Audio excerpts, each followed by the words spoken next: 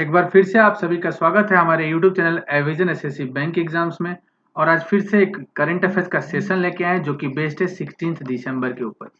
16 दिसंबर के ऊपर आज हम कुछ क्वेश्चन जो मोस्ट इंपोर्टेंट क्वेश्चन हमारे लिए हैं हर एक एग्जाम्स के लिए, उसको हम लेके डिस्कस करेंगे। तो जैसे कि आप पहला क्वेश्चन देख पा रहे हैं कि कौन सा डे को इंटरनेशनल टी डे ऑब्जर्व किया जाता है, जिसमें T producing countries like India India बहुत सारे टी प्रोड्यूस करता है, तो उसमें ये पूछा है कि कौन सा डे को ऑब्जर्व किया जाता है। तो यहाँ पे हो जाएगा 15 दिसंबर को as a international tea day observe किया जाता है, क्योंकि इंडिया भी बहुत ज़्यादा सबसे ज़्यादा टी प्रोड्यूस करता है। आप देखिए क्या है कि इंटरनेशनल टी डे एनुअली 15 दिसंबर को ऑब्जर्व किया जाता है, और ये 2005 से ऑब्जर्व किया जा रहा है। कंट्रीज जैसे कि दो कुछ देश हो गए, देशों में कौन से देश है, इंडिया हो गया, बांग्लादेश हो गया, Sri Lanka, Nepal, Vietnam, Indonesia, Kenya, Malawi, Malaysia, Tanzania या फिर उगांडा, ये सब देशेस हैं जो कि ये ऑब्जर्व करते हैं इंटरनेशनल टी डे को।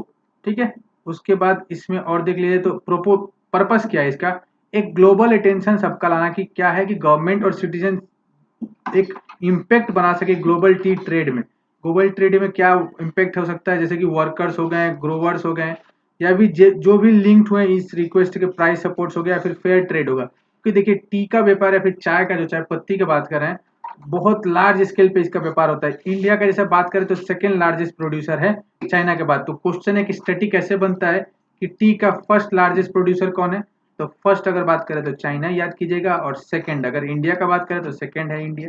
ठीक है, तो बहुत सारे इससे इंडिया के वर्कर्स हो गए, लेबरर्स है, उनको इससे लिंक किया जाता है ताकि उनको फेयर प्राइस, या फिर जो मार्केट्स में जो ग्रोवर्स हैं वर्कर्स हैं, क्योंकि टी का देखते होगा आपने, टी फार्मिंग होता है जैसे कि जनरली नॉर्थ ईस्ट में होता है, या फिर वेस्ट बंगाल के भी कुछ नॉर्थ बंगाल के पार्ट में होता है। ठीक है, और भी इंडिया का अलग अलग पार्ट्स में टी होता है। और आपको ये भी नोट करना है कि यूनाइटेड नेशन ने रिकॉग्नाइज किया गया इंटरनेशनल टी डे, जो कि ऑब्जर्व होता है 21 मई को। ऐसे अगर यूनाइटेड नेशन का बात करें, जो इंटरनेशनल टी डे वो मनाता है वो है 21 मई को, जबकि ये कंफ्यूज मत करना, जो कि इंडिया के साथ मिलकर कुछ कंट्रीज सेलिब्रेट करते हैं वो है 15 दिसंबर को। तो ये अलग अलग चीज है जिसको आपको नोट करना है। नेक्स्ट क्वेश्चन में चलते हैं, तो क्या है, एम्ब्रोस डालमिनी, जिसका रिसेंटली देहांत हो गया है, और वो प्राइम मिनिस्टर थे किस देश के। यहाँ पे पूछ रहे हैं कि कंट्रीज का नाम बताओ कौन से देश के प्राइम मिनिस्टर थे, तो वो हो जाएगा इस्वाटनी के वो प्राइम मिनिस्टर थे जिनका रिसेंटली देहांत हो गया। और बता दें आपको कि उनका देहांत जो हुआ है कोविड-19 के वजह से हुआ। ये देखिए, he was at age of 52, only 52 years के थे, और उनका कोविड-19 जो कोरोना वायरस है उसके वजह से देहांत हो गया। अगर इस्वानी कंट्री का बात करें, इस्वातनी का, तो वो साउथ अफ्रीकन एक कंट्री है, साउदर्न अफ्रीका में है। अफ्रीका जो है, साउथ अफ्रीका में कंफ्यूज मत किया, साउथ अफ्रीका खुद एक कंट्री है, और साउदर्न अफ्रीका मतलब कि साउदर्न पार्ट ऑफ अफ्रीका में एक देश है, वहां पे एक कंट्री है जहां पे ये उनका देहांत हुआ है। और अगर बात करें तो वो 10th प्राइम मिनिस्टर थे उस देश के, जिनको अक्टूबर 2018 में अपॉइंट किया गया था। वो 10th प्राइम मिनिस्टर बने थे जिनका रिसेंटली देहांत हो गया। ठीक है, चलते हैं नेक्स्ट क्वेश्चन। तो नेक्स्ट क्वेश्चन है कि लेट राधिका रंजन प्रामाणिक, जो एक वेटरन पॉलिटिशियन है और एमपी मेंबर, एमपी का मतलब हो गया मेंबर ऑफ पार्लियामेंट, ये याद रखिएगा, मेंबर ऑफ पार्लियामेंट, पार्लियामेंट रहे हैं, जिनका रिसेंटली देहांत हुआ है, वो किस स्टेट से आते हैं। देखिए क्वेश्चन पूछने का अलग अलग तरीका हो सकता है। एक तो हो गया वेस्ट बंगाल, यहाँ पे आंसर हो जाएगा।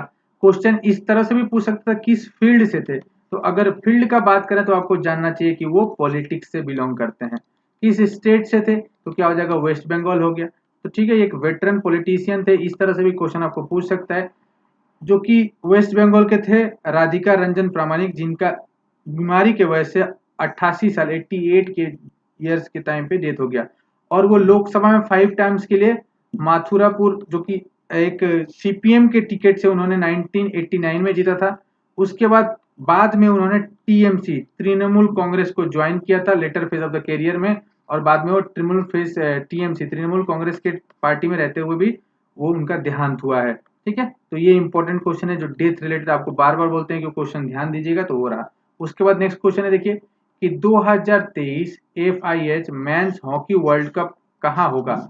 ठीक है, तो यहाँ पे जो हमारा आंसर हो जाएगा उड़ीसा, उड़ीसा में होगा। आपको बता दें दोस्तों कि ये हॉकी ऐसा टूर्नामेंट है जिसको स्टेट स्पॉन्सर करता है, और वो कौन सा स्टेट है ये भी पूछेगा तो उड़ीसा हो जाएगा।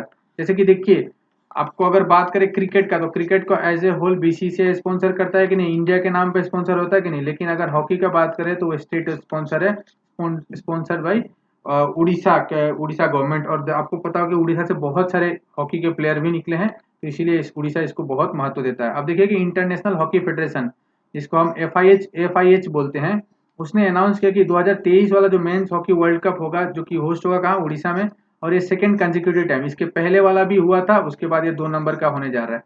और टूर्नामेंट जो 2 वेन्यूज रखे गए, वो एक भुवनेश्वर, दूसरा है राउरकेला, ये रखा गया। मेंस हॉकी वर्ल्ड कप 2018 भी उड़ीसा ने ही होस्ट किया था, और 5 साल के बाद ये फिर से उड़ीसा में, मतलब कि जिसका नेक्स्ट एडिशन है वो भी हो रहा है। अगर बात करें कौन सा एडिशन था, तो दोस्तों 15th एडिशन था, जो कि आपको याद रखना है। और ये जो होगा, ये कलिंगा स्टेडियम भुवनेश्वर में और बीजू पटनायक हॉकी स्टेडियम राउरकेला में होगा, ठीक है। और ये हर 4 साल बाद, 4 इयर्स के बाद होगा। लेकिन इस बार 2023, मतलब अल्टीमेटली 4 इयर्स के गैप के बाद ही होता है, तो 4 इयर्स के गैप में 2023 में होगा। दो, अगर स्टेडियम का बात करें तो कलिंगा स्टेडियम हो गया, और एक बीजू पटनायक हॉकी स्टेडियम राउरकेला में हो गया, ठीक है। अगर बात करें उड़ीसा का, तो आपको ये भी याद रखना कि सीएम अभी कौन है, तो नवीन पटनायक, ठीक है, नवीन पटनायक है वहां के सीएम, जो कि बीजेडी, बीजू जनता दल से आते हैं, जिनका पॉलिटिकल पार्टी है। गवर्नर का बात करें तो गणेशी लाल, आपको याद रखना है कि गणेशी लाल वहां के गवर्नर, प्रेजेंट गवर्नर हैं। ये क्वेश्चन स्टैटिक के तौर पे पूछा जाता है, ठीक है। नेक्स्ट क्वेश्चन देखिए, ओला कंपनी ने रिसेंटली अनाउंस किया है largest scooty manufacturing facility in the world, कौन से स्टेट में। अब एक स्टेट में largest scooter manufacturing facility announce किया है, तो स्टेट का नाम पूछ रहा है, तो यहाँ पे हो जाएगा तमिलनाडु। ओला का मतलब आपको पता है, जो रेंट में लेके आप, ओला हो गया टैक्सी जो बात करते हैं, जिसमें आपको बहुत सारी गाड़ियां मिलती है, साथ में आजकल बाइक भी मिलने लगे हैं, तो उसका बात हो रहा है कि ओला ने एक और भी क्या किया है, मैन्युफैक्चरिंग फैसिलिटी स्टेब्लिश करेगा। अब वो सिटी स्टेट का नाम पूछा है, तो आपको जाना चाहिए तमिलनाडु होगा। अब देखिए कि soft bank backed mobility platform, जो कि सॉफ्ट बैंक उसको बैक करता है, ओला ने मेमोरेंडम ऑफ अंडरस्टैंडिंग साइन किया तमिलनाडु के गवर्नमेंट के साथ, जो कि सेट करेगा फर्स्ट फैक्ट्री स्टेट में, जिसका इन्वेस्टमेंट है 2,400 करोड़। अगर पूछता है ये बैंकिंग के सेक्टर में कि कितने करोड़ का इन्वेस्टमेंट का बात किया जाए, तो यहाँ पे 2,400 करोड़ का हो जाएगा। उसके बाद कंप्लीशन के बाद ओला फैक्ट्री तमिलनाडु को जो होगा, वो second largest scooter manufacturing facility in the world बन जाएगा। अगर ये सब कुछ कंप्लीट होता है, सही से चलता है, तो ये हो जाएगा, ठीक है।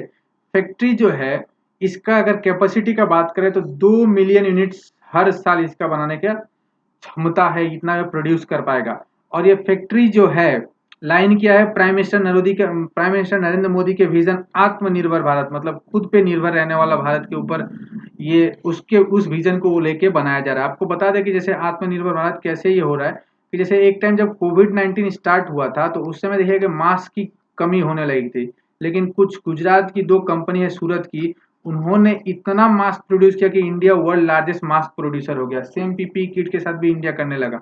तो इस तरह से ये जो विजन है हम लोग का, बहुत अच्छा विजन है कि हम लोग आत्मनिर्भर बने, दूसरे के ऊपर डिपेंड ना करें। और साथ ही साथ, और ये इंडिया में क्या करेगा, हब करेगा, किसका हब बनाएगा, 2 व्हीलर इलेक्ट्रिक व्हीकल्स। ये जो पैंडेमिक हुआ है ना, इसमें आप देखा होगा कि इसमें एक चीज़ है कि बढ़ोतरी बहुत हुई है, जैसे कि 2 व्हीलर्स व्हीकल्स की, और उसमें आपने अगर गौर किया है, तो इलेक्ट्रिक व्हीकल्स की बढ़ोतरी और भी ज़्यादा हुई। उसमें सर्टेन क्राइटेरिया, इलेक्ट्रिक व्हीकल्स में सबसे बेस्ट चीज़ है कि आपको पॉल्यूशन, जीरो एमिशन होता है। दूसरा, आप घर में ले जाके चार्ज कीजिए, नेक्स्ट डे चलाते रहिए। ऐसा कहीं पे रिफ्यूलिंग का सिस्टम नहीं है, घर में ले जाके चार्ज करना है। तो ये जो देखिए कि फैक्ट्री जो क्या करेगा, रिड्यूस करेगा India dependence on electric vehicles, मतलब कि जो हम अभी तक मंगा रहे थे बाहर से, वो खत्म कर देगा, और बूस्ट करेगा लोकल मैन्युफैक्चरिंग। और जब लोकल मैन्युफैक्चरिंग में बूस्ट होगा, अगर मान लीजिए कि लोकल में मैन्युफैक्चर हो रहा है, तो इससे ऐसे जॉब्स बनेंगे। अब अच्छे अच्छे जॉब्स बनेंगे, लोगों को जॉब मिलेंगे, और टेक्निकल भी एक्सपर्टाइज होगा इन द कंट्री, मतलब कि लोग टेक्निकली भी एक्सपर्ट बनेंगे ना। ऐसे क्या होता है कि हम लोग डिपेंडेंट थे कि बाहर से सामान आता है, हम लोग खरीद लेते हैं। इस तरह क्या होगा कि अगर ये मान लीजिए ये प्रोड्यूस होने लगा इंडिया में, तो इसकी वजह से क्या होगा कि लोग टेक्निकली पढ़ना शुरू करेंगे कि हम भी उस फील्ड में काम करें। जब जॉब्स रहेगा तो उस फील्ड में अट्रैक्ट होंगे, तो इससे हम लोग का फायदा होगा, ठीक है। चलिए नेक्स्ट क्वेश्चन क्या कह रहा है कि रेटिंग एजेंसी CRISIL ने प्रोजेक्ट किया इंडिया का जीडीपी क्वेश्चन मार्क डैश से कितना in the percentage in the physical year 2021 में क्या रखा गया है, कितना हो जाएगा। तो वो है, उसने कहा है कि -7.7% इंडिया का जीडीपी आएगा, ठीक है। मतलब माइनस में अच्छा होगा, लेकिन माइनस में ही रहेगा। अब देखिए क्या है कि रेटिंग एजेंसी जो CRISIL है, उसने लोअर किया कंट्रेक्शन रेट इंडिया जीडीपी का, जो कि अभी कितना एक्सपेक्ट था। पहले उसने कहा था कि 9%, -9 के पास आसपास रहेगा, लेकिन वो अब 7.7% के पास ऑनगोइंग फिजिकल में बोला गया है। ये सितंबर 2020 में था, लेकिन अब उसको चेंज किया गया due to fast then expected recovery in second quarter. Second quarter में इंडिया का फास्ट रिकवरी हुआ एज कम्पेयर टू जो मतलब सोचा गया था उससे बहुत ज्यादा रिकवरी हुआ सेकंड क्वार्टर में, इसीलिए ये कहा गया है। और साथ ही साथ उसने ये भी कहा है कि 2020-21 मतलब 2021-22 में जो फिजिकल ईयर 2022 का होगा उसमें एक्सपेक्ट किया कि बाउंस बैक करेगा इंडिया का जीडीपी 10%, बाई 10% इंडिया का जीडीपी और बाउंस बैक कर जाएगा। तो एक अच्छी खबर है, देखते हैं उसके बाद क्या अल्टीमेटली जीडीपी हम कब होता है। उसके बाद नेक्स्ट है कि आरबीआई ने प्लान किया है automated bank note processing centre एबीपीसी जिसको बोलते हैं, कौन से city for receipt storage and dispatch of currency note. ये देखिए रिसिप्ट भी होगा, स्टोरेज भी होगा और डिस्पैच भी वहां से होगा। करेंसी नोट्स के बारे में पूछा रहा है तो यहाँ पे हो जाएगा जयपुर। जयपुर में आरबीआई ने सेटअप किया है एक automated bank note processing centre जो कि जयपुर में होगा, जहाँ पे स्टोरेज होगा, डिस्पैच होगा। आपको बता दें कि स्टोरेज डिस्पैच दोनों यहाँ पे देखे जाएंगे और ये होगा। अब ये डिसीजन जो है एपीबीसी को सेट करने वाला फेल्ट हुआ था, मतलब कि to automate the holding of banking notes for receipt हो गया, स्टोरेज हो गया, रिट्राइवल हो गया, प्रोसेसिंग हो गया, डिस्ट्रक्शन हो गया। जैसे कि मान लीजिए कुछ नोट्स फट जाते हैं तो आप क्या करते हैं, बैंक में ले जाके दे देते हैं। अब जब बैंक में देते हो तो वो फिर क्या होता है कि जब वहाँ पे यूज होता है तो वो मतलब वो बैंक क्या करता है उसको अल्टीमेटली डिस्ट्रॉय कर देता है ना, डिस्ट्रॉय करके नए नोट्स बनाता है। या फिर रिट्राइवल हो गया कि मान लीजिए कुछ खराब नोट्स थे तो उसको फिर से चेंज करके नया कर देना, तो उस तरह से होता है। तो वो वहाँ पे सेटअप सेंटर कह देगा जयपुर में। यहाँ से आपको कुछ क्वेश्चंस बता दे दोस्तों कि इंपॉर्टेंट जो होते हैं एग्जाम पर्सपेक्टिव से, जो कि आरबीआई के प्रेजेंट गवर्नर तो वो होते हैं शक्तिकांत दास। शक्तिकांत दास। और एक और चीज याद रखना कि ये 25th गवर्नर ऑफ आरबीआई है। तो ये 25th पूछे या प्रेजेंट पूछे, दोनों में आपका आंसर शक्तिकांत दास होना चाहिए। अगर बात करें हेडक्वार्टर का तो आपका ये हो जाएगा मुंबई में। मुंबई में आरबीआई का हेडक्वार्टर है, ठीक है। तो ये हम लोग का कुछ स्टैटिक क्वेश्चंस होते हैं इससे रिलेटेड। नेक्स्ट क्वेश्चन क्या है, sustainable mountain development summit SMD जिसको कहते हैं, वो जो देहरादून में होस्ट हुआ था वो कौन सा एडिशन था इवेंट का या समिट का। तो यहाँ पे जो आंसर हो जाएगा वो हो जाएगा नाइन्थ एडिशन था। क्वेश्चन दूसरे तरह से पूछ सकता है कि नाइन्थ एडिशन का जो सस्टेनेबल डेवलपमेंट एसएमडीएस जो हेल्ड हुआ है वो कहाँ हुआ था, तब आपका आंसर देहरादून हो जाती है जो कि है उत्तराखंड का कैपिटल। अगर पूछता है कौन सा एडिशन तो नाइन्थ एडिशन आपको जानना चाहिए, ठीक है। चलते हैं इसके फैक्ट्स की तरफ। तो क्या है फैक्ट्स, नाइन्थ एडिशन का जो सस्टेनेबल माउंटेन डेवलपमेंट समिट था वो ऑर्गेनाइज हुआ था वर्चुअल मोड द्वारा। कब, on the occasion of international mountain day, जो कि कहाँ कब स्टार्ट होता है 11 to 14 दिसंबर, आपको ये बताए थे पिछले वाले वीडियो क्लासेस में। और ये 4 डे लॉन्ग समिट होगा जो कि ऑर्गेनाइज करेगा इंडियन माउंटेन इनिशिएटिव IMI, ठीक है। Hosted by sustainable development forum Uttaranchal, Dehradun ये होस्ट करता है। अच्छा, इस बार का थीम जो था एसएमडीएस का वो आपको नोट करना है, emerging pathways for building resilient post covid mountain economy adaptation innovation और एक्सीलरेशन। ये पूरा थीम था, लंबा चौड़ा एक थीम है, तो आपको काइंडली इसको नोट करना है, ठीक है।